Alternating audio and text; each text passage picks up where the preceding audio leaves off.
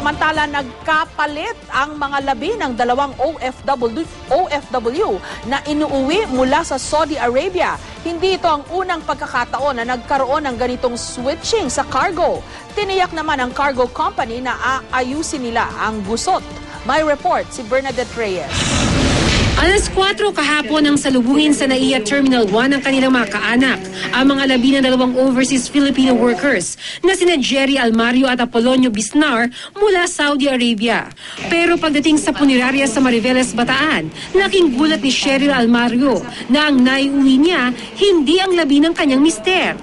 Pag-open pa lang po nung sa may head niya po, nakita ko na po na hindi po yun yung asawa ko kasi malapad po yung mukha niya.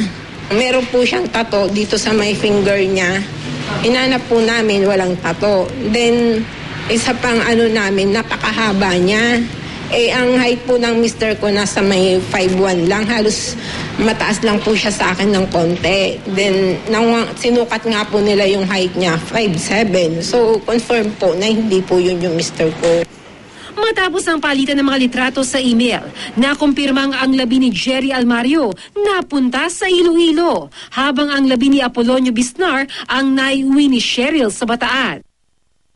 Ang asawa ni Bisnar na nasa Iloilo, ikinadismaya ang nangyari dahil malaking abala raw ito sa kanila. Wala ako naghibi kay hindi ko pa man makitaan diri sa funeral homes. Kag nabuksan ang reaksyon ko nga hindi to bana ko kay lain ng itsura tapos maniwang daw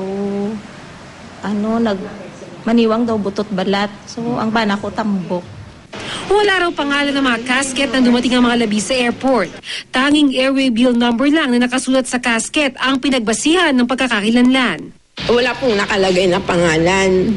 Then tinanong ko po dun sa staff nila doon sa custom, ba't walang pangalan?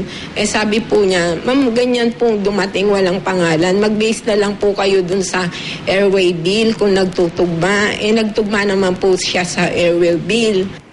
Ayon sa Overseas Workers Welfare Administration, hindi ito ang unang pagkakataon na nagkaroon ng switching ng mga cargo. Employer, importante yon para makausap ng ating welfare officer yung employer at paano nangyari yung nasil yung casket na iba yung nadeklarang mga pangalan.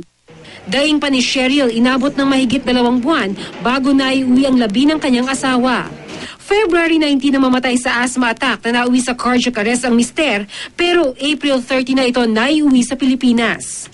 So yun po yung usual na procedure nila sa pagpapauwi ng mga remains. Sana naman daw po bilisan nila.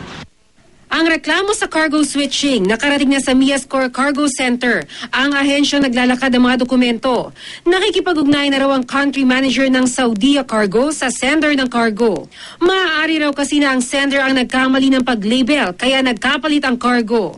Makakaasa naman daw ang pamilya Apolonio at Bisnar na tutulong ang Saudia Cargo na madala ang labi ng dalawang OFW sa tamang kaanak. Bernadette Reyes, GMA News.